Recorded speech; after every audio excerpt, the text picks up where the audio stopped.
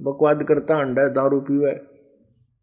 वो पैसा जो था वो उसमें ला दिया कि उसने बिजनेस शुरू कर दिया, उसमें लगा दिया, उसका एक्सीडेंट होगा, छोड़ेगा, लड़का मृत्यु को प्राप्त हो गया और पैसा सारा बर्बाद हो गया।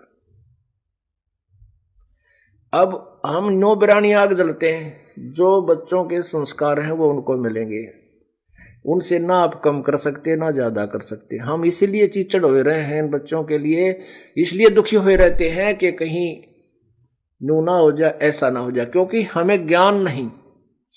जैसे राजा जनक थे और सीता उनकी पुत्री थी, उनका ब्याह कर दिया। राजा जनक को पता था कि उनको वनवास मिल गया और वो जंगल में भटक रहे हैं, 14 वर्ष भटकेंगे, तो वो कर सकता था मदद अपनी बेटी की। राजा था, बहुत ही अच्छा राजा था, बहुत अच्छा धनवान राजा था।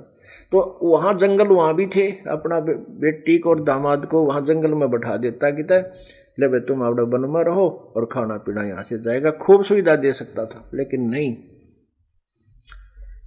वो विद्वान था, वो ज्ञान भगवान के विधान से परिचित था कि बच्चे की किस्मत के साथ वो खुद संघर्ष करेगी, हम उसकी कुछ मदद नहीं कर सकते और ना ही ऐसा हमें करने में कोई लाभ होगा।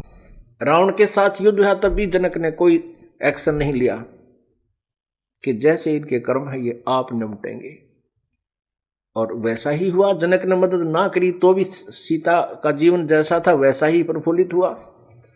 इस प्रकार जो समझदार व्यक्ति ज्ञान के आधार में चलेंगे तो या बिरानी आग ना जलेंगे। मान लीजिए बच्चे ने कोई व्यापार किया है और आप भी साथ ही लग रहे हो, हानि होगी। तो जब आपको ये ज्ञान होगा कि इसके भाग में ऐसा ही लिखा है तो घना दुख ना होगा, क्योंकि हम जीव हैं, थोड़ा बहुत ठेस तो लगेगी, पर यू ज्ञान फिर उसको मरहम जल्दी कर देगा, मलहम उसका तुरंत लगा देगा, वो दर्द ज्यादा नहीं दुखी करेगा। ये बात याद आवेंगी या बिरानी आ गया भाई काल न ला रखी है, इस ज्ञान से बुझेगी, ज्ञान से नॉर्मल होगी, कम होगी। और जो सत्संग नहीं सुनते हुए रात ने भी मुंह ढक कर रोए, जा क्या होगा बेटा दुखी हो गया, हाय मर गया, नाश हो गया, तो यह आग बिरानी जलेगा। और नाम जिसके पास है, भक्ति करेगा, भगवान ने रोआ भी गा तो भगवान तुरंत उसको सांत्वना देगा, कहीं ना कहीं से समाधान करके देगा और बचाएगा। फिर कहते हैं कुबद कांचड़ी चढ़ी चित पे तू हो गया मनुष्य नागरे, सूझे नहीं सजन सुख सागरे, बिना प्रेम बैरागरे। या कुबद कांचड़ी चढ़ गई चित पे और होया मनुष्य नागरे। ओए होए, एक बहुत बड़ा अधिकारी था, उसका इकलौता पुत्र, उसको बहुत अच्छी तरह शिक्षा देने के लिए उच्च मतलब अच्छे हाई फाई स्कूलों में उसको प्रवेश दिला के पढ़ा रहा था। एक गांव में एक बहन थी, उसका पति मर गया और उसके 15-16 एकड़ जमीन थी, और वो हकीकियों की लड़ाई संघर्ष में मार दिया किसी ऐसे झगड़े पर। तो उसको चिंता होगी थी कहीं तेरे बेटे ने भी ना मार दे, इकलौता पुत्र था उसका भी माई का। वो अपने बेटे को लेकर के अपने पियर में रहने लगी, अगर इसको वहां पाल दूंगी, और वो जमीन दे दी ठेके पर और वहां से अपना सामान ले जाओ, गुजारा कर रही थी।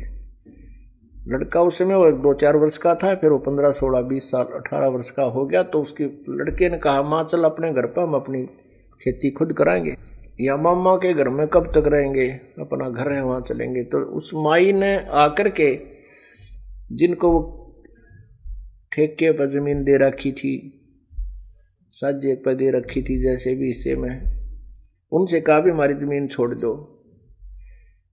उन्होंने जमीन त्यागने छोड़ने से मना कर दिया कि हम जमीन ना छोड़ रहे। उसने फिर पुलिस में रिपोर्ट की। अब 15-16 एकड़ जमीन थी, नहर के साथ बहुत अच्छी उपजाऊ जमीन थी।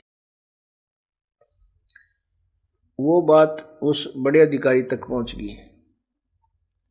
उसने देखा, पता कराया, भाई देखो ये जमीन उनके कैसे है, कब्जे में क्यों है, कैसे है, जैसे भी। तो उनको पता चला पटवारी से कि ऐसा कोई नहीं है, विशेष कोई कब्जे वाली बात इनकी है नहीं और ये सेट हो सकता है। तो उसने उमाई को टाइम दे दिया कि तू 5-7 दिन के बाद आना, हम इसकी इंक्वायरी करते हैं, तेरी जमीन दिलवा देंगे। जब दोबारा वो माई गई तो उसका लालच आ गया बड़े अधिकारी के, 16 किले जमीन तू को ना खरीद ले, सस्ती मिल रहा कती। उन जो जमीन बोया करते थे उन मुजारों को तो उसने धमका दिया। वो तो कहने लगे जी जो तुम कहोगे हम ऐसे कर देंगे, हमने छोड़ देंगे हम इसकी जमीन को। उधर से उस माई को कह दिया कि वो नहीं छूट सकती तेरी जमीन नहीं छूट सकती, उनके कब्जा हो गया है, उनका तो नाम गवाही चल रही है, ऐसे उगाही चल रही है, ऐसे ऐसे बता दिया। वो माई लागी रोन बुरी तरह, क्या होगा? ने बोला तने कुछ थोड़े बहुत पैसे चाहिए तो दिला दूंगा मैं। तो वह कई लाखों की जमीन थी, 10-20 हजार में वो माई पे ले ली, उस माई को दे दी, उसके अंगूठे दस्ते करवा के अपने नाम करो, अपने मतलब पत्नी का जैसे भी अपने कब्जे में उसने कर। अब बुढ़िया रोती हुई चली कि क्या करे, जब यहाँ का सुप्रीम जब सबसे बड़ा अधिकारी जवाब दे दे तो फिर कहाँ जाए इंसान। अब बुढ़िया अपना ले के 10-20 हजार रुपये 15-16 किला गए 20 पहले ऐसा सस्ता समय था, उसने अपना किता और गुजारा कर लिया, बेचारी ने दुख सुख पाई। अब उस अधिकारी जिसने उसकी मदद करनी चाहिए थी, उसका फर्ज कर्तव्य था, उसने उस कव्वे वाला काम किया, काग वाला काम किया। कैसे? जैसे गधे की कमर टूट जाती है, जख्म बन जाता है, गधे की कमर पर जख्म बन जाता है काम करता है, और उस कौवा क्या करता है, उस जख्म के ऊपर, जिंदे के जख्म के ऊपर चोंच मार के मांस खाता है, उसको अधिक दुखी करता। तो उस अधिकारी को चाहिए तो था उस माई की मदद करता, कोई बात ना माई, ऐसे ऐसी स्थिति है और आपका जमीन आपको दिलवाई जाएगी, क्योंकि ये कर्तव्य है उनका।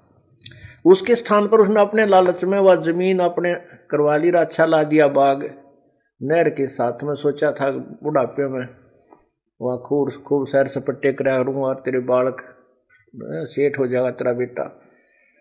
अब वो इकलौता लड़का था, खूब पढ़ाया लिखाया, लड़के को भी अच्छी पोस्ट मिल गई, शादी की तैयारी थी, कार दुर्घटना में वो लड़का मर गया। जिसके लिए उसने कुबद कमाई थी, जिसके लिए उसने पाप कमाए थे, बिरानी आग में जड़ा था, वो लड़का ही ना रहा और वो पाप रह गए उसके ऊपर। आगे देखना क्या होगा उस व्यक्ति के लिए। तो यहां बताते हैं कि कुबद कांचड़ी चढ़गी चत पे तो हो गया मनुष्य नाग रे, ओए होए। अब उस नाग जैसा काम कर दिया, डंक मारा उसने, माई बर्बाद होगी। अपने स्वार्थ के लिए वह जमीन उसने अपने नाम करा ली। अब वो लड़का है ना रहा जिसको सुखी देखना चाहता था, उसने कितना दामाद बरतेंगे, पड़ोसी लेंगे, भाई बंद बांटेंगे और वो बनेगा गधा लंबी कमर का।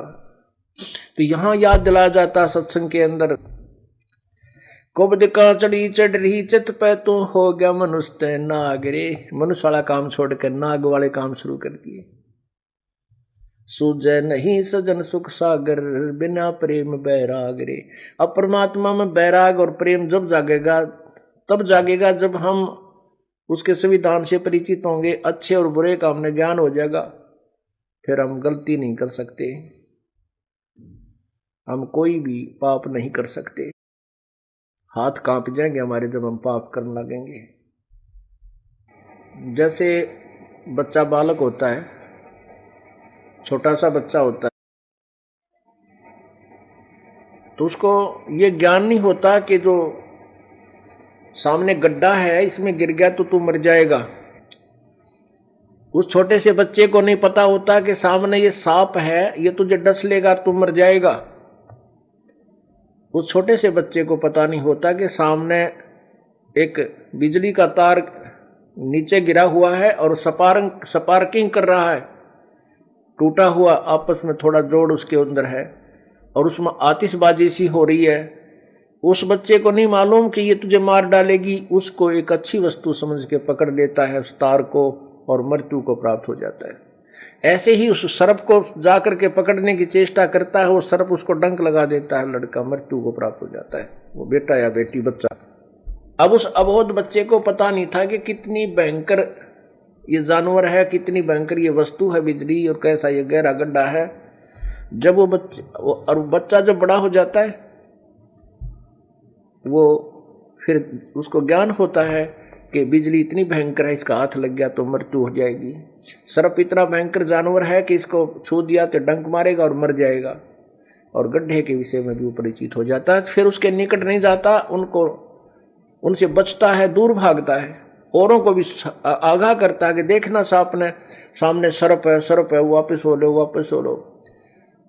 तो पुण्यात्माओं, जब तक हमें तत्व ज्ञान नहीं होगा, भगवान के विषय में जानकारी नहीं होगी, हम उस छोटे से बालक की तरह हैं जिसने कतिकाएं का ज्ञान को नहीं, किसी विषय में नहीं जानता कि जो कर्म तू करने जा रहा है तुझे कितने भयंकर सिद्ध होंगे, तू तेरी जान के शत्रु बन जाएंगे, तेरे साथ क्या बनेगी,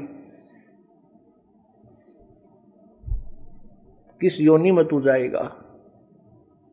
और जब हम सियाने हो जाएंगे, तत्व ज्ञान से हमारी बुद्धि विकसित हो जाएगी, फिर हम उस पाप को नहीं कर सकते। जैसे वो सर्प, ये पाप कर्म हमें सर्प दिखाई देंगे। पुण्यात्मा, पृथ्वी पर पाप क्यों बढ़ गया? अज्ञानता के कारण।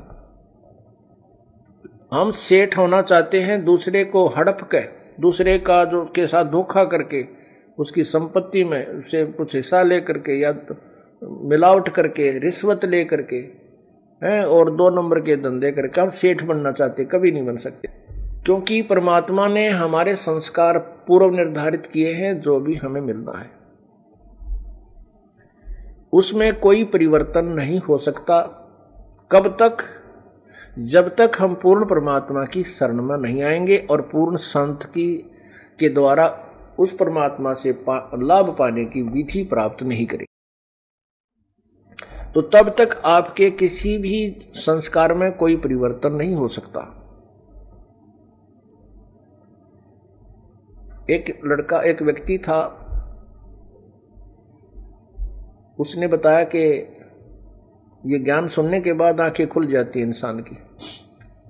उसने बताया कि जी आपने जो ज्ञान सुनाया है ये सही बात है। क्या सुनाया था इस दास ने? कि जो पाप करते हो, आप सेठ बनना चाहते हो 2 के 20 बना के, तो वो पैसा आपके पास नहीं रहेगा, क्योंकि आपके भाग्य में नहीं है। आपके भाग्य में नहीं है वो पैसा, आपने 2 नंबर तक कमा तो लिया, लेकिन वो दूना डबल होकर जाएगा। और पैसा तो रहेगा नहीं, लेकिन उस पैसे 2 नंबर से कमाने के लिए जो पाप इकट्ठे किए थे, वो पाप तेरे पास रह जाएंगे, वो तुझे भोगने पड़ेंगे। अब उसने क्या बताया कि मेरा एक का लड़का था और 20-22 वर्ष का हुआ, उसकी शादी की तैयारी कर रहे थे। उसका जो है दोनों किडनी फेल होगी, दोनों गुर्दे फेल हो गए, खराब हो गए। तो उसके लिए पहले तो देसी वैद्य, फिर ऐसे झाड़े जंतर मंतर संत साधुआं दौरा घूमे। फिर जब सब ने जवाब दे दिया, जब ऑल इंडिया मेडिकल में ले गए इंस्टीट्यूट दिल्ली में, पहले वहीं होते थे ये गुर्दे बदला बदली, वहाँ उन्होंने बताया कि इसके दोनों किडनी फेल होगी। ऐसे ही किसी से कह सुनकर कोई पैसे पूसे ले दे कर किडनी चढ़वाई बच्चे का। ऑपरेशन सफल हो गया लड़के का, लेकिन रुपये 3 लाख तो भी ऊपर लग गए हमारे। कोई बात नहीं भाई, बच्चे की जान बची, पैसे तो जो लगे सो लगे, खुशी मनाई। 6 महीने के बाद वही लड़का बस एक्सीडेंट में मृत्यु को प्राप्त हो गया। गुर्दे बदलवाने के बाद 6 महीने के उपरांत वही लड़का बस दुर्घटना में मर गया और पैसे थे वह सारे गए। फिर उसने अपने कुकर्म गिनवाए कि मेरे साथ तो इससे भी ज्यादा और होना चाहिए था, शायद ये थोड़ा हुआ। जो जिस तरीके से मैंने पैसे कमाए, उसने अपने धंधे के विषय में जानकारी दी कि मैं बहुत जुल्मी व्यक्ति था। अब आपके ज्ञान से अपने पाप दिखने लगे, नहीं तो मैं अपने पापा ने कभी नहीं देखूं था। और भगवान को लाने दिया करता है, भगवान मेरी गेल के करी तनया, कौन सा पाप मेरा आगे आ गया। अब पता लग गया कि जब इस जन्म में मैंने से पाप किए, पिछले में भी मेरी इसी स्थिति बूंदी वर्ती रही होगी कभी ना कभी। तो पुण्यात्माओं, परमात्मा के तत्व ज्ञान के रोशनी में हमें अपने आगे और पीछे के कुकर्म दिखाई देने लग जाते हैं, और फिर हम बचने की चेष्टा करते। हम अज्ञान अंधेरे में तो ठोकरे खाते रहते हैं, लेकिन ज्ञान में पाछा ठोकर नहीं खा सकता इंसान, या तो फिर उसको ज्ञान नहीं, नशा कर रखा है। तो हमने इस नशे को भी उतारना है जो काल ने हमारे ऊपर कर रखा है, और इस अज्ञान को भी हटाना है। नशा कौन सा है? इस माया का। जिसके पास थोड़ा धन हो गया, फूला नहीं समावे, कोई पोस्ट होगी, पता नहीं सोचा कि बन गया, ये तेरा संस्कार है। और यदि तूने भविष्य की तैयारी नहीं की तो 84 लाख जूनी फिर तैयार है। अब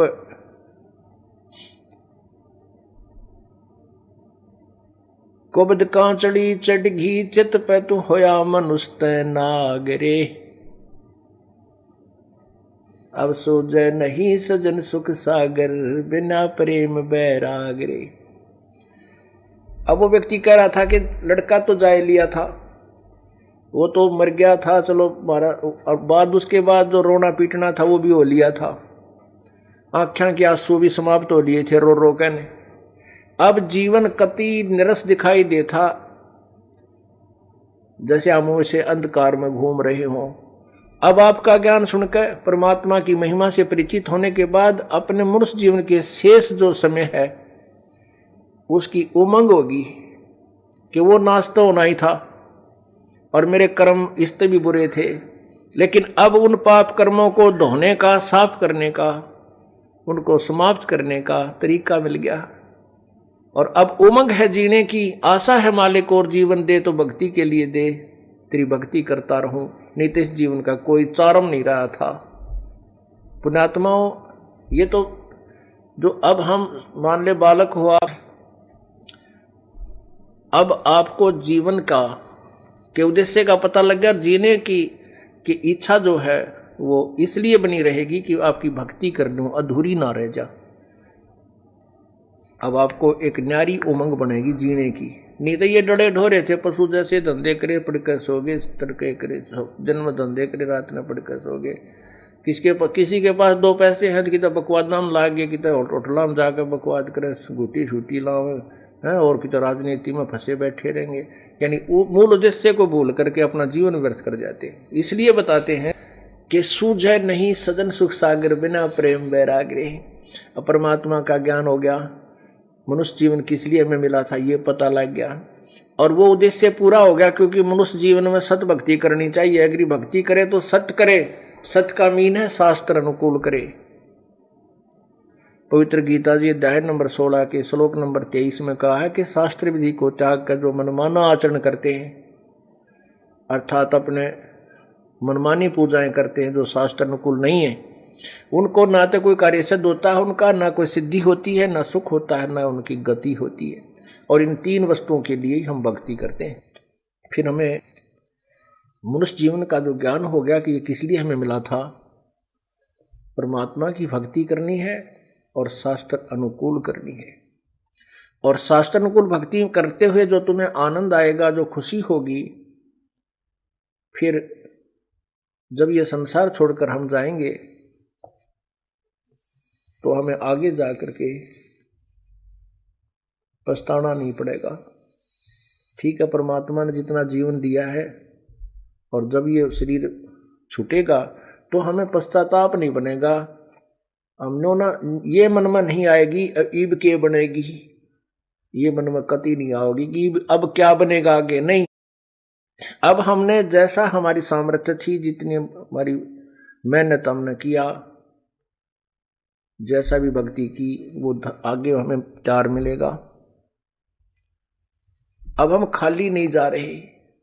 जैसे बच्चे सब एग्जाम में बैठते हैं, जिन्होंने शिक्षा ग्रहण कर रखी है, खूब पढ़ाई कर रखी है, अभ्यास कर रखा है अपने पूरे वर्ष में, तो वो घबरा कर नहीं जाते, उसमें थोड़ी सी घबराहट होती है, ज़्यादा नहीं। और जो किसी ने किताबें ठाके ना देखी, कभी पढ़े ही नहीं, तो फिर वो जाते हैं, उनको पता होता है कि ये बूंदी बनेगी, के लिख का आऊँगा, कुछ याद है कोई नहीं, और वो घबराहट में कुछ थोड़ा बहुत याद है वो भी भूल जाते हैं, फिर तो वो फेल हो जाते हैं। ऐसे ही जब हम यहाँ संसार छोड़कर चलेंगे, क्योंकि हमने परमात्मा की जैसी सामर्थ्य अनुसार अपनी भक्ति दान धर्म किया हुआ है, तो हमने चिंता नहीं बनेगी, निर्भय होकर जाएंगे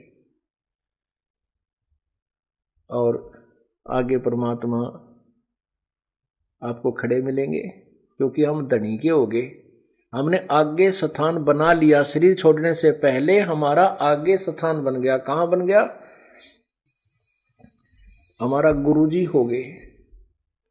और गुरुजी संत जो होते हैं वो परमात्मा के नुमाइंदे होते हैं और अपने उस घर में ले जाते हैं जहाँ से वो आए होते हैं।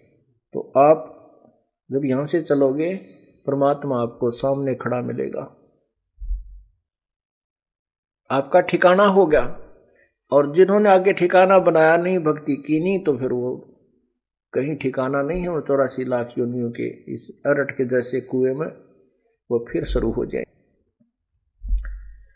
अरसुमर सो हंस कहा वह कामी करो दी कागरे, बौरा न भरम विष के बन में चल बेगमपुर बागरे। अब जैसे कोई भक्ति करता है उसको भगत जी कहते हैं, शराब पीता है उसको शराबी कहते हैं, चोरी करता है उसको चोर कहते हैं, डाके मारता है उसको डाकू कहते हैं। अब जैसे पहले कोई कैसी भी गलती करता था, अब भक्ति कर रहा है तो वो भगत जी हो गए। एक भक्त था हमारा सेवक, तो उसने नाम लिया, और वो हमारी रिश्तेदारी में भी पड़ा है, तो वो उसने नाम ले लिया। तो उसका भाई जो है शराबी एक नंबर का, क्योंकि ये शराबी जो होते हैं ना, ये आदमी बहुत कम मिल पावे। वैसे शराब उतरे पाछे तो बहुत अच्छे बतलाते हैं, शराब पिए पाछे फिर ये किसी के काबू के नहीं होते। तो पहले गांव गांव सत्संग करने पाठ करने जाते थे। और एक और भगत था जो दिल्ली साइड का, उसने नाम लिया था। तो उसको ये बताया गया था कि आप वहां आ जाना, वहां 3 दिन सत्संग करेंगे हम गांव में। उनका एड्रेस बता दिया। तो उसमें जो जिसका हमने पाठ करना था, उसका भाई का पाठ था शराबी का। तो भाई के न कम जाने थे, उसने ज्यादा जाने थे। वो ड्राइवर था रोडवेज का, वो हमारी रिश्तेदारी में पड़ा है, उसका भीम नाम। तो हमने उस साथ में एड्रेस ये लिख रखा था कि कृष्ण ने ना जाने तो भीम ड्राइवर पूछ लियो। बोला ठीक है। तो उसने आके पूछा, बोला भाई सत्संग है वहां जाना हमने। बस अड्डे से दूसरी तरफ उनके घर थे। तो वो एक आदमी मिल गया ना, बोला किस जगह? बोला उसने बताया कि भीम ड्राइवर हरका जाना। बोला उनका किसा सत्संग होता? एक नंबर का शराबी है, वहां का सत्संग होता? उसको पता नहीं था। दूसरे से पूछा, उसने भी नहीं कहा। बोला वो भीम ड्राइवर शराबी गए, वो किसे सत्संग कराओ भाई? वो घर जरूर बता देंगे, आगे चला जाए इस साइड में, वहां पूछ लिए। जगह बताते चले गए, 4 मिले, 4 ये शब्द बोले कि वो किसा शराबी हो, किसके? वो तो शराबी है। वो पहुंच गया वहां पर, उसने सत्संग सुन भी, वो तो नाम लिए रखा था उसने। तो दूसरी बार फिर 6 महीने के बाद, 1 वर्ष के बाद फिर दोबारा सत्संग था वहीं पर। तो वही भगत फिर उसको पता लगा कि वहाँ सत्संग कर रहे हैं गुरुजी, क्योंकि पहले हम जिस गांव में सत्संग करते थे, हमारे भगत वहीं पहुंच जाया करते थे मिलने के लिए, अपनी कोई समस्या समाधान के लिए। तो ऐसे हमने लिस्ट बना रखी होती थी, वो लिस्ट दे देते थे, भी ये कोई पूछे थे बता देना। तो वो भगत फिर उसी गाँव में आया, और उनके घर से उलट पुलट गाली गलिया में कहे 1-2 आदमी आ ले, तो उसका समझ ना आवे कहाँ सी हो रहा सत्संग। तो उसने फिर उसकी जब वो दूसरी बार आया तो उसने भीम का जिक्र नहीं किया, बोला मैंने कृष्ण का जाना है, वो डॉक्टर है कृष्ण। तो उनमें हमारा भगत मिल गया, ने बोला वो कृष्ण डॉक्टर का उसने नाम ले लिया उस भीम ड्राइवर ने, और उन्हीं का वो पाठ हो रहा था उस दिन। तो वो भगत मिल गया हमारा कोई, उसको कहने लगा किसका जाना, कृष्ण का जाना, भीम का नाम ना ले शराबी कहेंगे उसने। तो उन्होंने बोला वो कृष्ण का ना होता तो भीम भगत जी का पाठ होने लग रहा है, भीम भगत जी का पाठ हुआ है। उसने सोचा ये गलत समझ रहा है, मैंने बोला भाई मन न कृष्ण का जाना, भीम भगत जी कोई और होगा। उसने सोचा शराबी का करते भगत जी कैसे बोल रहा है इसको। दूसरे से पूछा, दूसरे बताया, बोला भाई हाँ भाई भीम का ही पाठ हो रहा है, उसने नाम ले लिया, शराब शुरू छोड़ दी। कहने का भाव दास का ये है कि पहले तो शराबी को आओ था और अब भीम भगत जी नाम से प्रसिद्ध हो गया। तो इसका यही अर्थ है कि हर सुमर सो हंस कहावे कामी क्रोधी कागरे, और भौरा ना बर में विष के बन में चल बेगमपुर बागरे। कहने का भाव यह है कि यह संसार एक विषय विकारों का वन है, और जैसे कीकर के बबूल का बाग वन हो, उसमें जहां भी जाओगे कांटे लगेंगे।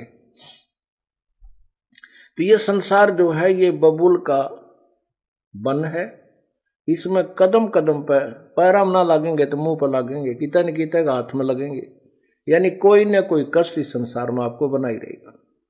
बेगमपुर बाग में चलो जहां पर कांटे नाम की चीज नहीं, बेगमपुर, बेगम, जहां कोई कष्ट ना हो, कोई दुख ना हो, कोई गम ना हो। अब ये जैसे ये जो शब्द इस दास ने सुनाया है, ये एक नित्यानंद जी संत हुए हैं, उनका उनकी इसमें छाप लगी है। वैसे ये यही शब्द कबीर परमात्मा की शब्दावली में भी है, उसमें 2 लाइन और एक्स्ट्रा है। तो ये संतों ने ऐसे एक दूसरे की ज्ञान से ही ज्ञान होता है, उनके ज्ञान सुन के इसने अपनी तरफ से बना दिया। बाकी संकेत यही है, जीव को बुराइयों से हटा करके और अच्छाई की तरफ ले जाना। अब जिसको जितना ज्ञान है वो वहीं तक बोल सकता है। नित्यानंद जी के गुरुदेव जो है गुमानी दास जी विष्णु उपासक थे। अब इन संतों ने भक्तों ने स्वर्ग को ही बेगमपुर मान रखा है, लेकिन स्वर्ग जितना दुख की तभी को नहीं, क्योंकि हम सुख मान रहे हैं इस गोटी सूटी लाड़ने, डांस डूंस देखने, अच्छे फल आहार खाने को, इसी को सुख मान रहे। और वो स्वर्ग में अपने ही पैसों से, अपने धन से खूब प्राप्त है, वहां पर पर्याप्त भी है और प्राप्त भी है।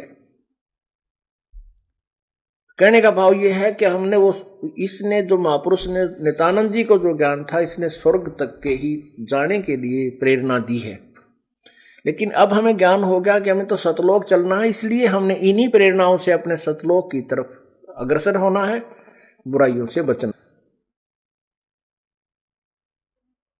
कहते हैं भौरा ना भर में इस विष के वन में, विषय विकारों का जो जहर रूपी वन है, इसमें मत चल बेगमपुर बागरे, सतलोक को चल। कबीर साहब के शब्द में, इसी शब्द में, जो कि तो पूरी पंक्तियां ये तो है ही, लेकिन लास्ट वाली नहीं, उसमें क्या है कि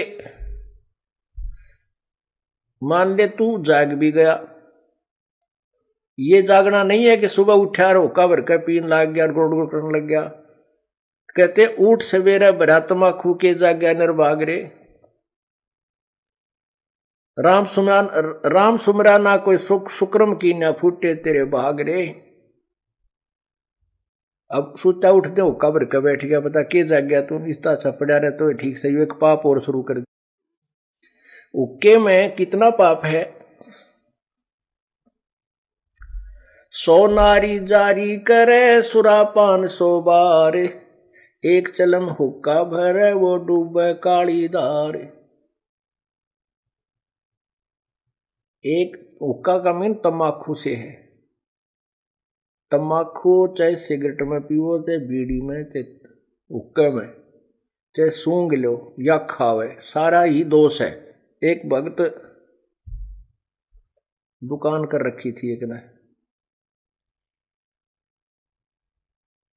और वो एक भक्त जो है सिगरेट पीता जाओ, बूढ़ा आदमी, नाम लिया था उसने, 1 वर्ष हो गया था। और दूसरे भगत का लड़का बोला, ताऊ तू सिगरेट पीवे? गुरुजी ने मना कर रखा, भाई तेरा नाम टूट गया। ने बोला ना बेटा, नो के नाम टूटा है। बोला गुरुजी अंदर ओका पीन तो मना कर रखा है, सिगरेट थोड़े नटे थे। तो जिसने बकवाद करनी है, जिसने मर्यादा नहीं निभानी है, वो अपने कोई सिस्टम तैयार रखे। तो लड़के ने मिलकर उसको कहा, ताऊ तुम तो नाश कर दिया अपनी भक्ति का। तम्बाकू तो है ही, चाहे सिगरेट में पी ले, जहर न, चाहे गिलास में पी ले, चाहे किसी कटोरी में गाली के पी ले, तो जहर है। तो क्या बताते हैं, कहते हैं पर द्वारा स्त्री का खुल है, 70 जन्म अंधा हो डोल है। सुरापान मदमासा हारी, गमन करें भोगे पर नारी, वह 70 जन्म कटेंगे शीशम, साक्षी साहिब है जगदीशम। जैसे किसी पर स्त्री गमन करने वाले को कितना दोष होता है, कहते हैं 70 जन्म अंधा हो डोल है। फिर सुरापान मदमासा हारी, दारू पीवे, मांस आहार करे और पर स्त्री गमन करे, उसके साथ क्या होगा, सुरापान मदमासा हारी, गमन करे भोगा पर नारी, 70 जन्म कटेंगे शीशम, साक्षी साहिब है जगदीशम। कहते हैं उसके 70 जन्म तक बुरी तरह दुर्गति से मृत्यु होगी, कभी मुर्गा बनेगा, कभी बकरा बनकर उसके शीश कटेंगे, यानी दुर्गति से बहुत बुरा हाल होगा। अब उन सबको मिलाकर 100 नारी जारी करे, ओए होए, और 100 एक, फिर कहते हैं मदरा पीवे कड़वा पानी और 70 जन्म कुत्ते के जानी, ओए होए। शराब पीने वाले के 70 जन्म कुत्ते के होंगे कंटिन्यूस। आगे गधे वाली नंबर जब बाद में होगा, पहले कंटिन्यूस 70 जन्म कुत्ते के होंगे, और कुत्ते का जन्म तो एक कब तीरा। अब तो दारू पी का बकवाद करें, और फिर कुत्ता गंदे नाले का पानी पीता है। कहने का भाव ये बता रहे हैं परमात्मा के 100 नारी जारी करे, एक पर स्त्री गमन का कितना पाप है, 70 जन्म अंधा हो डोला है, और 70 जन्म कटे शीशम। और कहते ऐसे ऐसे 100 कुक्रम कर ले, 100 पाप, 100 नारी जारी करे सुरापान 100 बार। एक बार शराब पीने तक कितनी हानि बताई, मदरा पीवे कड़वा पानी, 70 जन्म कुत्ते के जाने। 100 नारी जारी करे सुरापान 100 बार, और एक चलम हुक्का भरे, वो डूबे काली धार। उनसे भी अधिक कितना पाप है, कहते एक हुक्का भर के देने वाले को, पीने वाले का तो बेड़ा गर्क होएगा, जो भर के दे उसमें सहयोग देता है उसको भी इतने पाप लगेंगे, वो भी डूबे काली धार अर्थात घोर नरक में डाला जाएगा।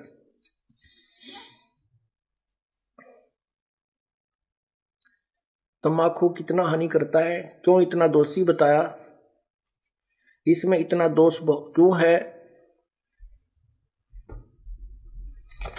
एक हुक्का पीने वाला या सिगरेट पीने वाला, बीड़ी पीने वाला हुक्का पीवे, धुआं छोड़े, वो धुआं सारे घर में घूमे, वो नवजात बालक छोटे छोटे वह सो रहे हैं, उनमें भी धुआं, श्वास से उसकी बदबू जावा धुएं की, यानी पूरे परिवार के नाक में दम रखे और फिर वातावरण दूषित करे। ओके की धुआं का जब छोड़ते हैं उसमें ना जाने कितने इस वायुमंडल में छोटे छोटे जीवाणु होते हैं, वो अंधे होकर नीचे गिरते हैं धुएं के इस इफेक्ट तक, और पैरों तला करके मरते हैं। वो एक घूंट मारने से उसको कितनी जीव हिंसा कर दी, यानी कितना धुएं से कितना हानि कर दी, वो पाप उस तम्बाकू प्रयोग करने वाले के बैड अकाउंट में जाते हैं। और फिर हमारे परमात्मा ने ये मनुष्य शरीर दिया है परमात्मा पाने के लिए। इसमें ये ईड़ा, ये पिंगला, ईड़ा और पिंगला, ये 2 नाड़ी बताई जाती हैं अंदर शरीर में, और इनके बीच में मध्य में जाकर के एक सुषुम्ना नाड़ी है, जिसकी सुई की नोक टेक है, ऐसा सुराख है, जो भक्ति के प्रभाव से ये अपने आप ब्लड की तरह हवा भर के वो खुल जाता है, और फिर उसमें से आत्मा अंदर जाकर के फिर नीचे मूल कमल से प्रारंभ होती है। अब क्या होता है कि उसमें तम्बाकू का जो पीते हैं तंबाकू और नाका में छोड़ दिया करें, घोटा मारेंगे नो छोड़ दिया करें, तो वो धुआं जो है उस सुराग को पालिश कर देता है, परमात्मा के पाने वाले उस मेन गेट को बंद कर देता है। तो इससे बड़ा शत्रु हमारा और क्या हो सकता है। फिर इस जीवन का के फूकेंगे तो ऐसा गधे का ऐसा कुत्ते का, जब भगवान नहीं मिला इसमें, वो रास्ता बंद कर दिया। दास ने ये सत्संग किया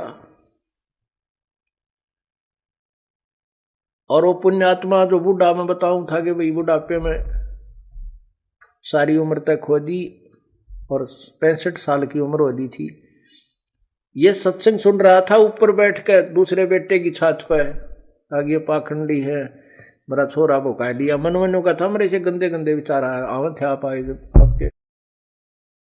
तो उसने पहले हम 3 दिन सत्संग करते थे, 2 रात को, अगले दिन सुबह कर करके फिर भोग लगा के हम प्रस्थान करते थे।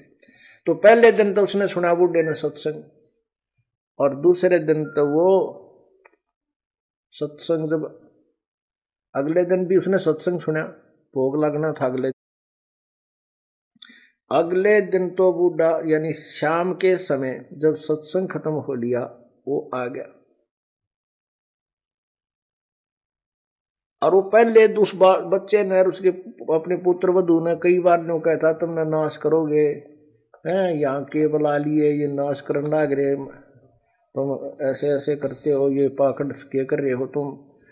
तो उसकी पुत्र वधू ने सोचा ये बूढ़ा है भी महाराज जी ने कि वो नहीं सी किस कहेगा, यो इज्जत का गाक बनेगा हमारी का। अब बोल रहा कि उसने बाप आकर बैठ गया और वह खड़ी होगी दूर सी, अजीब देखे रखे के बोल रहेगा इसने कि का बूढ़ा, और लोग ने शर्म लिया हो भाई मैं माना रहा मारे इनका कहेगा। तो बूढ़ा ने बोला महाराज जी हमें पता था कि भाई जो सत्संग नहीं सुनते वह ठीक तो बोला नहीं करे, हमने सारी तरह के आदमी देखे, 4-5 वर्ष गांव गांव में गए, हमने कोई इससे लेना देना नहीं था भाई, कोई राजी बोला उसका बोला बुंडा बोला, अपने जुबान और कान दोनों बंद कर लेते। मैं कह लेगा माननेगा थोड़ी बहुत बतावाएंगे भाई, नहीं मानेगा तो इसकी मौज है। कहने लगा महाराज जी मेरे ये 3 बेटे बताए, उसने 2 इतना जान नहीं, बोला हमारे पास 2 किले थे, आज मैंने 8 किले 9 किले और मोल लिए अपने जीवन में, और पशु से भी बदतर धंधा किया हमने, और आज जो आपका ज्ञान सुना ये बातें मैंने कभी सुनने को नहीं मिली ना। मैं कि तो जाया करता, मैं 3 सत्संग करने वाला पाखंडी समझा करता था, आपका ज्ञान सुना मैंने वहां ऊपर बैठ करके। अब मेरा केरा होगा न्यो कह बूढ़ा रोन लग गया, जिस तरह बालक रोया करे न्यो पड़ के। मैं बोला क्या बात होगी, क्यों नहीं क्या बात होगी, मैंने समझाया, फिर तो जलसा उसका डट लिया, जब लग गया बताना। कहने लगे ये बात तो मैंने जिंदगी में कभी सुनी है को नहीं, जो आज आपने, मेरा तो कर्जा पाटन हो रहा, नींद नहीं आई रात को मुझे, मैंने तो इतने हुक्के पी रखे हैं कि हुक्का सीला नहीं होने दिया करता। अब मेरा कीड़ा होगा, मेरे जैसे पापी का क्या इलाज, जो मैंने सारा जीवन पशु से बदतर धंधे किए, और अब जी अब उम्र चली गई, अब भक्ति हो को। फिर रोने लग गया, फिर रोने लगा वो, मैं फिर उसको समझाया, मैं बोला कुछ नहीं बिगड़ा है अभी तक, इस आत्मा के इस जीव के असंग जन्म हो लिए, और यदि अब भक्ति नहीं शुरुआत करी तो आगे भी ये झंझट सदाई बना रहेगा। आप अब शुरू कर दो इस उम्र में, कोई फर्क नहीं पड़ेगा। न बताइए के होगी दिन के बिरा कह दिन का मैं मान हूं कितने वर्ष का, अब तो मुश्किल है, नो नाड मारे। फिर उसको समझाया कि ध्यान से सुनो आप, जैसे कुएं में बाल्टी पड़ दी हो, डोल है रस बाल्टी होती है जिसका रस्सा बांध कर पानी बाहर खींचते हैं, और वह बाल्टी कुएं में चल पड़ी और उसका जो रस्सा लटकता हुआ आ रहा है, यदि हाथ पैर मार कर दौड़ धूप कर उस रस्से को लास्ट बीट, उसकी जो लास्ट एंड बीट है ना पूछड़ी, वह नेजू की उस रस्से की बाल्टी के बंधे हुए रस्से की पूछड़ी ठहगी, यानी एंड भी मिल गया, 4 उंगल का रह रहा वो भी हाथ में आ गया तो कुछ भी ना गया, वह बाल्टी भी और पानी भी मिले। अब जावत ये कि जब हाथ पा नहीं मारेंगे तो गई, वो तो जा ही रही है। पहले लंबे लंबे रस्से हुआ करते, गहरे पानी होते थे कुओं में, और कम से कम 50, 60, 100 फुट तक की लंबी रस्सी होती थी, तो उसको जाने में भी समय लगता था। तो अगर उसकी पूछड़ी भी ठागी ना नेजू की उस रस्से की तो कुछ भी कौन गया, और नहीं हाथ पा मारे गाते तो गई, फिर तो कुछ भी हाथ नहीं लगेगा। यह बात उस बुढ़े के कसूती जच गई। मैंने उसको समझाया कि आप नाम शुरू करो, मोक्ष नहीं होगा तो मनुष्य शरीर आपको गारंटीड मिलेगा। वैसे तो मोक्ष इसी में हो जाएगा, कोई बड़ी बात नहीं है। आप सत भक्ति करो, सच्चे मन तक लगो और पूरी मर्यादा निभाओ, मुक्ति में कोई बात है। एक श्वास के सीमेंट की इतनी कीमत है, सब कुछ आपके पास होगा। तो उसका बात समझ में आ गई। परमात्मा कहते हैं जीवन तो थोड़ा ही भला जैसे सत्य सुमन हो, और लाख वर्ष का जीवन कोई लेख दरे ना को। थोड़ा जीवन बतेरा जो सच्चा सुमन हो, सच्चा मार्ग हो, सच्ची श्रद्धा से आप करो, डर के करो, फिर मर्यादा में रहते हुए करो, तो कोई मोक्ष में कोई ज्यादा वो नहीं है। तो वो कहने लगा जी ना तो मैं दान कर सकता, ना मैं धर्म कर सकता। मैं बोला ये तेरे बेटे तेरे तो पहला नाम पाएगी। जब वह बुढ़िया वह माई आ गई वहां बैठ गई, ने बोली अपने ससुर के लिए एक पाठ तो मैं कराऊंगी। मैं बोला देखोगे तेरे दान शुरू। परमात्मा अपने लगो रास्ते आप खोल देगा, कोई आप सुमन करो। आपने जो सुमन से बड़ा तो कुछ भी नहीं है, आपके हाथ में कुछ नहीं है, मान लिया। अपनी भक्ति करो, सुमन बढ़ाओ, सारा कुछ इसी में आ जाएगा। भक्ति करो डट के, क्योंकि दान धर्म सेवा जो है हम हृदय साफ करने के लिए कराते हैं।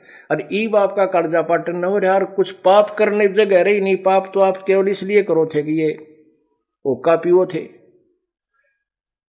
और तेरे बच्चे बहुत समझदार हैं, आपके लिए खूब यज्ञ भी कराएंगे, ऐसी बात थोड़ी है। तो उसने उस बुढ़े नाम लिया, 10 वर्ष वो जिया, खूब डट कर भक्ति करी, 3 नाम प्राप्त किए और अपना शरीर छोड़ कर आराम से चला गया। बोलो सतगुरुदेव।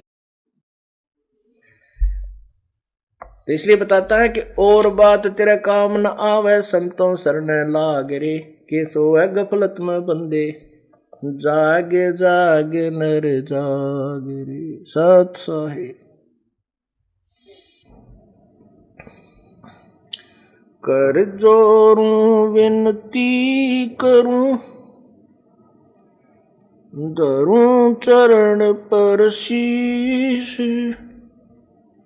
गुरु राम देवानंद जी महाराज ने दियो नाम बख्शीश।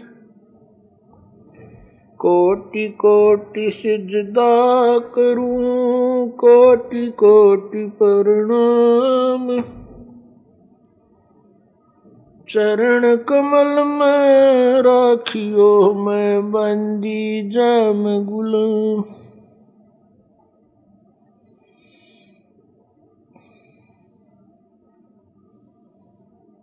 कुत्ता तेरे दरबार का, मोतिया मेरा नाम, गले प्रेम की जेवड़ी, आँखें चो वहाँ जाऊं मैं, तो करो तो बावड़ू,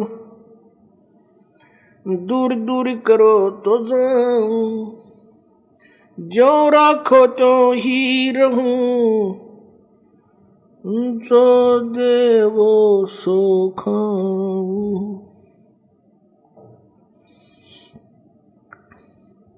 जय इब कै सतगुरु मिले, सब दुख आखू रोए, चरणों ऊपर शीश धरूं, कहूँ जो कहनी हो, गुरु जी तुम ना भूलियो, चाहे लाख लोग मिल जाएं, हमसे तुमको बहुत है, तुमसे हमको नहीं। कबीर सतगुरु मिलेंगे, पूछेंगे कुशलात, आदि अंत की सब कहूँ, अपने दिल की बात। गुरुजी तुम न भूलियो, चाहे लाख लोग मिल जाएं, हमसे तुमको बहुत है, तुमसे हमको नाई। तुम्हारे विसारे क्या बने, किसकी शरण में जाऊं। शिव विरंच मुनि नारदा, तिनके हृदय न समाऊं। अवगुण किए तो बहुत किए, करत न मानी हार। बावे बंदा बख्श दियो, बावे गर्दन उतारे। अवगुण मेरे बाप जी, बख्शो गरीब निवाज। जो मैं पूत कपूत हूँ, बोहड़ पिता को लाज। मैं अपराधी जन्म का, नक्सक भरे विकारे। तुम दाता दुख भंजना, मेरी करो संवार।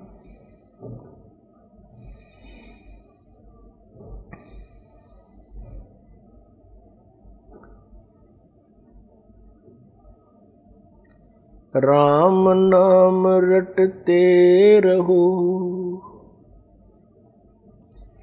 राम नाम रटते रहो, जब तक घट में प्राण। कबहू तो दीन दयाल के, भनक पड़ेगी कौन।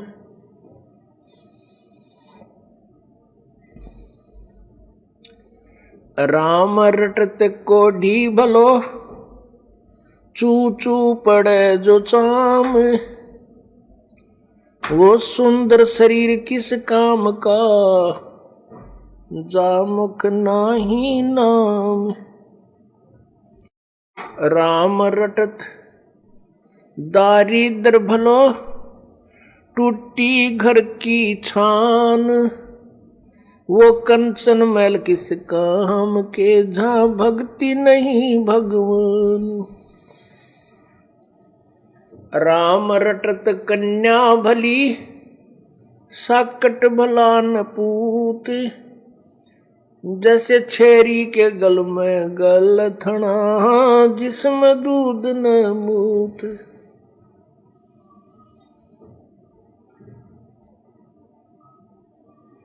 भाई लूट सको तो लूटियो, राम नाम की लूट। पीछे फिर पछताओगे, प्राण जाएंगे छूट। नहीं भरोसा देही का, ये बिनस जावे छन माही।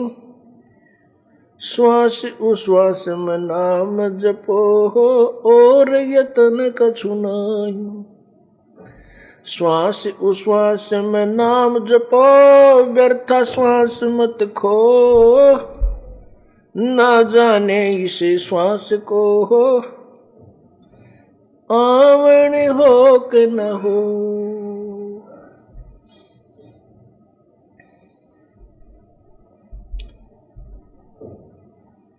परम पिता परमात्मा पूर्ण ब्रह्म बंदी छोड़ कबीर देव जी, कबीर परमेश्वर, अल्लाह कबीर,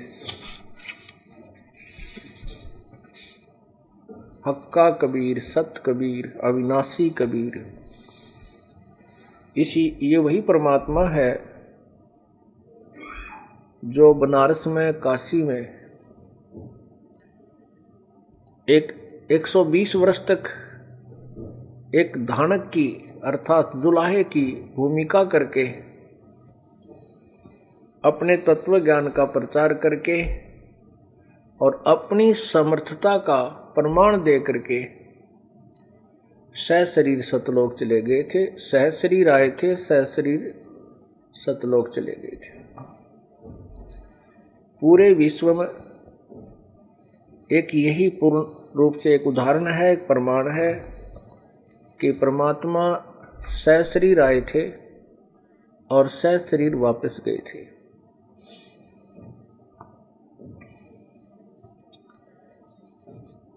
पुण्यात्माओं,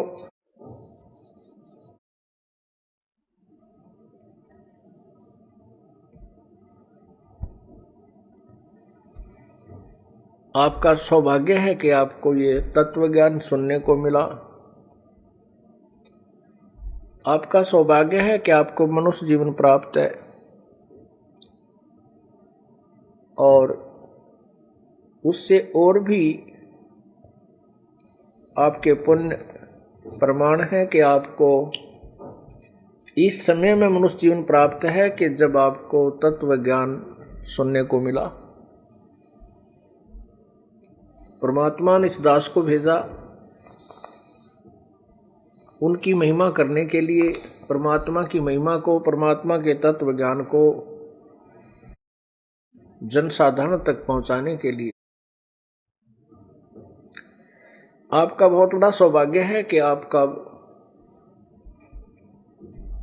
इस समय में जन्म है कि जब का आपको तत्वदर्शी संत मिल गया।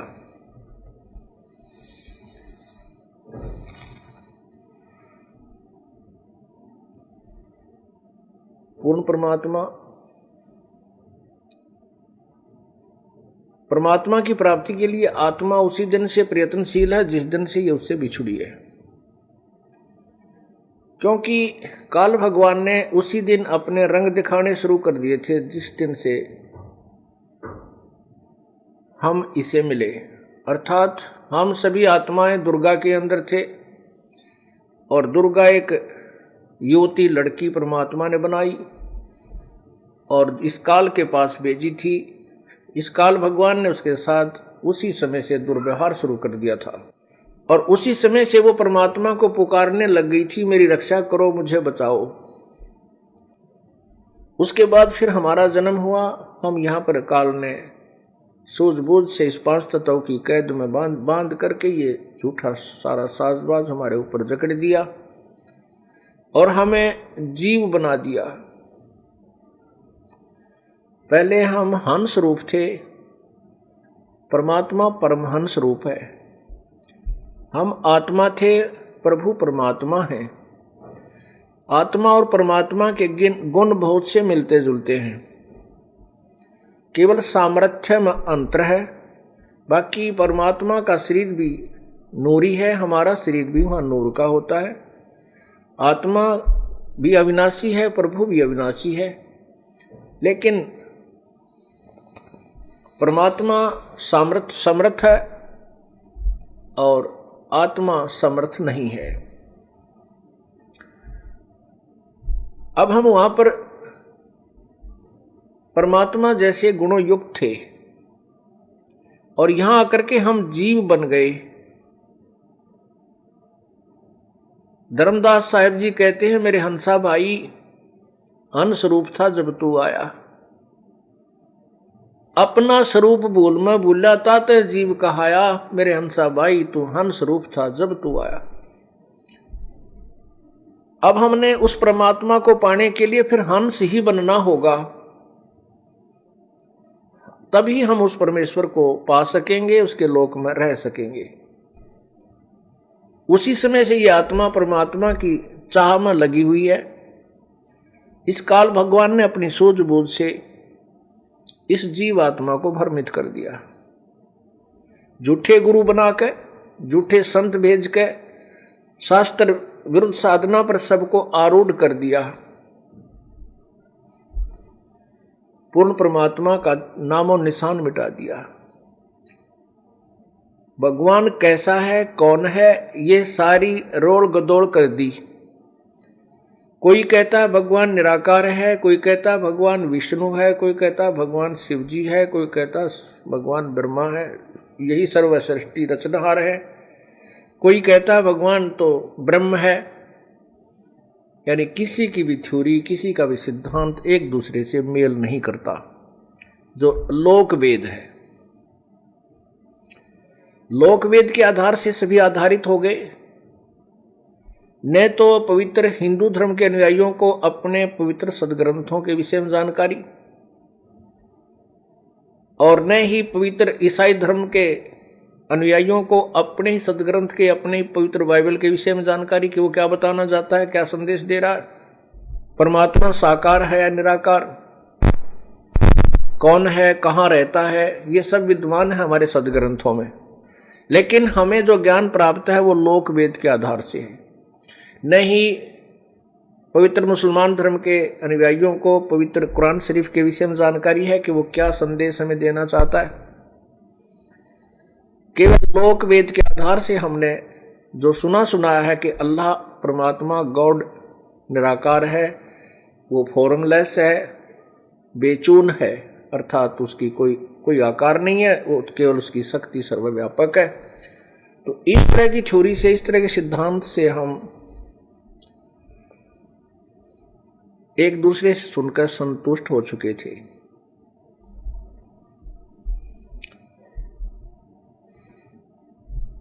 अब जैसे कोई श्री विष्णु जी का उपासक है, विष्णु जी की मूर्ति उसके पास है, प्रतिदिन उसकी सेवा करता है, तिलक लगाता है, सब तरह से कर्मकांड भी करते हैं, और फिर उनसे कोई पूछे भी भगवान कैसा है, कहते हैं वो तो निराकार है।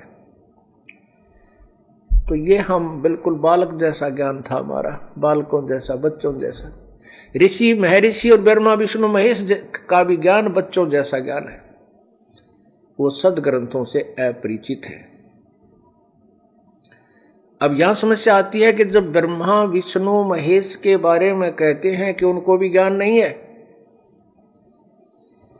तो ये एक बहुत अभद्र सी बातें लगती है, अभद्र सी स्टेटमेंट लगती है किनको, जिन्होंने आज तक तत्वज्ञान कभी सुना ही नहीं और जिन्होंने अपने सदग्रंथों का भी ज्ञान नहीं। उसके लिए आपको थोड़ा सा सदग्रंथों का सहारा लेना पड़ेगा। पुण्यात्माओं, ये एक ऐसी जटिल समस्या होगी कि भगवान को भगवान सिद्ध करने के लिए ना जाने कितने प्रमाण देने पड़ते हैं। लाल को लाल ही सिद्ध करने के लिए ढेर सारे प्रमाण देने पड़ते हैं, क्योंकि लाल को तो हमने, किसी ने, अनजानों ने कौड़ी बना रखा है और छोटे सिक्कों को लाल सिद्ध कर रखा है। उनको मैं तो हमें सुना रखा है, लेकिन लाल के गुण जरूर गा रखे हैं, परंतु लाल से अपरिचित हैं। ब्रह्मा विष्णु महेश भी ज्ञान से परमात्मा के बारे में बिल्कुल नहीं जानते, अपरिचित हैं। सबसे पहली बात तो ये ध्यान रखनी चाहिए, हमें याद रखना चाहिए कि हमने श्री ब्रह्मा जी, श्री विष्णु जी, श्री शिव जी का ज्ञान कहाँ से प्राप्त हुआ? पवित्र पुराणों से, क्योंकि इनसे अलग कोई शास्त्र नहीं जो इनकी जानकारी देते हो। उन्हीं पुराणों में क्या लिखा है वो हम अब स्वयं पढ़ेंगे, क्योंकि हम अब अक्षर ज्ञान युक्त हैं। पहले समस्या क्या रही कि हमारे पूर्वज थे वो तो थे अनपढ़, अशिक्षित, और एक संस्कृत भाषा को पढ़ने का एक ही वर्ग को अधिकार था। उनको ABC का ज्ञान था ही नहीं, क्योंकि ब्रह्मा को नहीं, विष्णु को नहीं, शिव जी को नहीं, तो अन्य देवता ब्राह्मणों को और गुरुओं को, संतों को, ऋषियों को कहाँ से हो सकता है?